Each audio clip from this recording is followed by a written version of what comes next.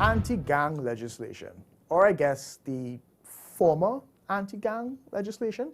See, because as of Sunday, it will no longer exist. Again, because despite being mostly cut and paste from legislation passed under the People's Partnership Administration, the now UNC opposition refuses to support it. Fair warning, pull up a seat, we're going to be here a while. So first up, what is it? It's a seemingly simple yet incredibly difficult piece of legislation.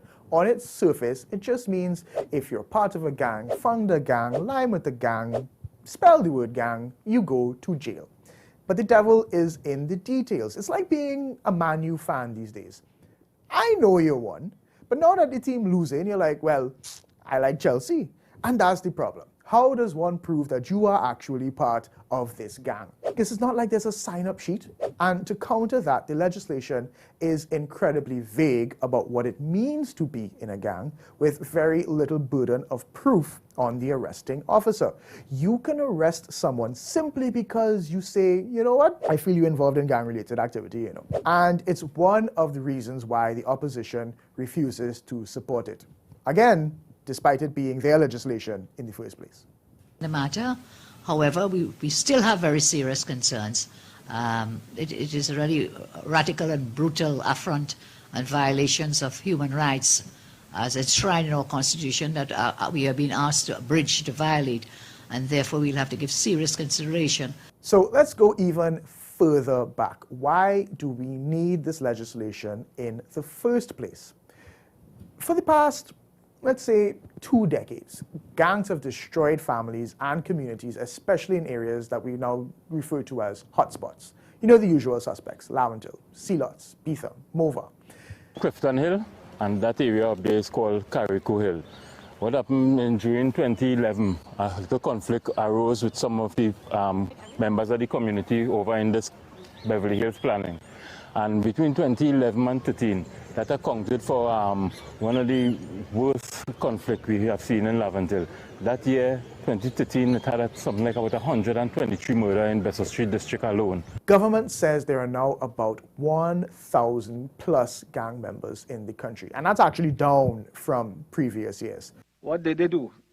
Return their membership card? You may or may not have heard that we have a problem with murders in this country. And if you're a police officer, when there's a murder, well, it's the easiest way to ensure that no one holds you to account to actually solve it. Oh, it's gang-related? Switch brain off. In 2006, when Prime Minister Patrick Manning met with community leaders, hoping that it would help reduce murders in the areas we identified earlier, it became known as the Crown Plaza Peace Accord. Little good it did, because about a year later, the leader of the G-Unit gang, Cohen Fresh Phillip, was killed on Henry Street in Port of Spain, and his successor killed about 5 months later in John John.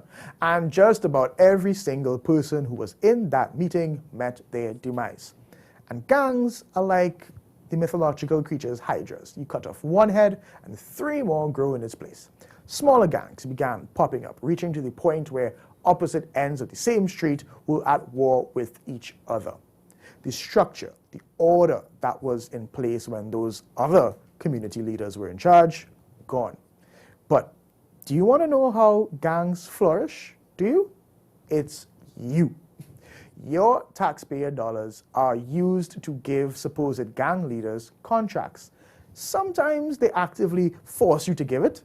Other times, they actually just have a good relationship with politicians.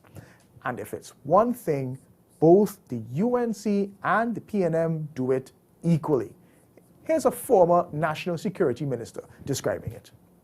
So we had a shootout where several persons, inclusive of innocent women and children, could have been killed because gangs are fighting over a box train contract. That is what we have reached to in this society. He stated that this practice has been happening for years through HDC, URP, and other programs. A newspaper report today alleging that 7 reputed gang leaders have benefited from multi-million-dollar government contracts. Oh, you weren't expecting that former National Security Minister, were you? He knows, he knows.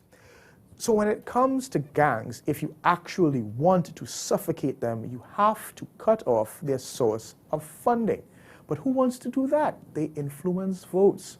So let's get into the act itself. The Anti-Gang Act was passed in May 2011 and proclaimed in August that year. Being a member of a gang would get you 10 years, and on any subsequent conviction on indictment, imprisonment for 20 years. Again, anything you did that was gang-related, you get charged. Seems good, right? Until you realize it's really hard to get those charges to stick and then go into a conviction. The Attorney General against Kevin Stewart, Justice Barrow, had this to say. He said, "It is readily apparent from these provisions that proving gang membership in a court of law is no slam dunk. It requires a careful compilation of the evidence showing how the gang is organized, how much gang activity is perpetrated through gang members, and their respective roles in such activity. Evidence at a trial must be carefully led to show the nexus between the gang, the members, and the activity." In 2011, that law meant it was supposed to last for only 5 years before being revisited, also known as the Sunset Clause. In 2016, the law was allowed to collapse when the opposition refused to support the bill when government required a 2-year extension. And government said during those 2 years, they wanted to gather statistics, put in place anti-criminal gang investigation units, and assess the Bail Amendment Act. So here you go. Here's the cart, here's the horse. Which one is before the other? Because in that time, there would be people behind bars on trumped-up charges.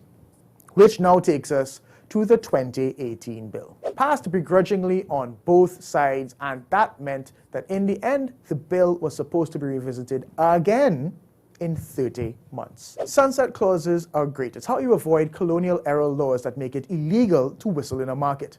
But the other problem with important pieces of legislation, and legislation that requires a 3/5 majority, it's going to lapse if you do not have a cooperative opposition.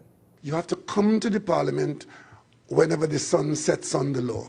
And unfortunately yesterday, the parliamentarians were required to give the law life going forward. And 19 members of parliament said that it was not sufficiently important for that law to be continued. So what's the UNC's problem this time? Well, they believe it's a PR tool rather than effective legislation. It's like you say you have it, but you're not actually doing anything with it. Again, this is mostly their 2011 legislation.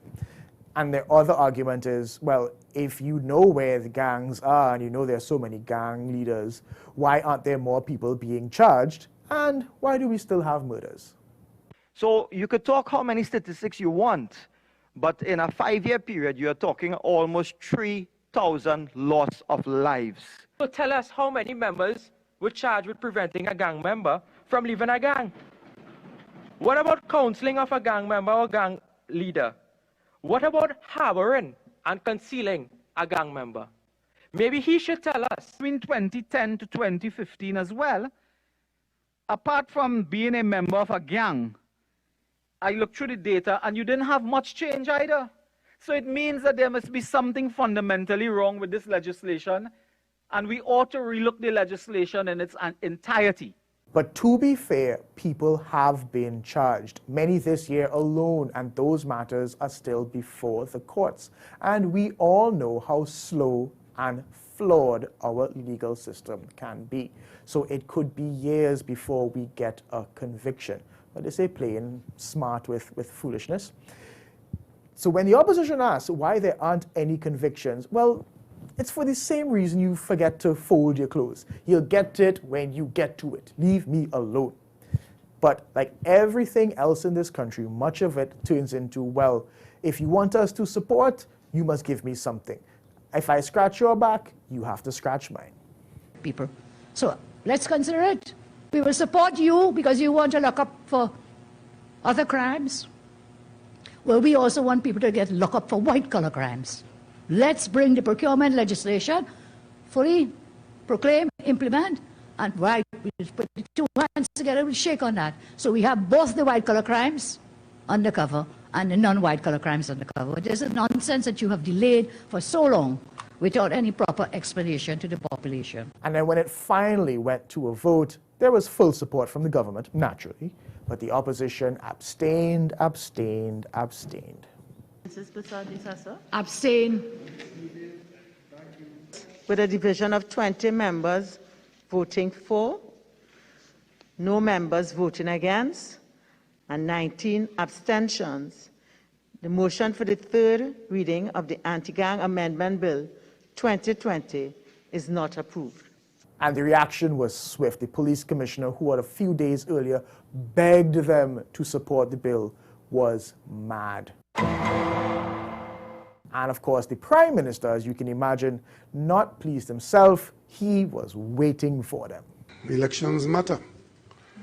If there are people in this country who elect people to the parliament to represent them, and those people decide that there are some reasons why persons under the purview of the police, persons who are likely to be charged for gang activity, persons who have been charged, persons who are answering for gang activity, that such persons should not continue to be in that jeopardy, and that some other reason supersedes that, then that is what the country is. Unfortunately, the group that I lead, the government, we did not have the votes to continue that law. There are other people in the parliament who believe that the law is not necessary. We disagree very strongly, and that is the outcome. In the end, this really boils down to politics. No one thinks the anti-gang legislation is perfect, but the deterrent, even as small as it is better than having nothing at all. The power of anti-gang legislation is not so much in the conviction which it brings. It is in the ability to disrupt gang-related activity. It is in the ability for criminals to understand that where more than one of them engage in gang-related activity, that they will be suffering the consequences of staring down gang-related activity charges. I can't imagine a world where you say, okay, here's something that isn't great, but given this and nothing, I choose nothing. Because when you think about it, how do you think the opposition would have felt if we applied this logic to the UNC? Because, if you're being honest, they're not really working, and somehow we'd still prefer to have them than nothing. Let's take a break.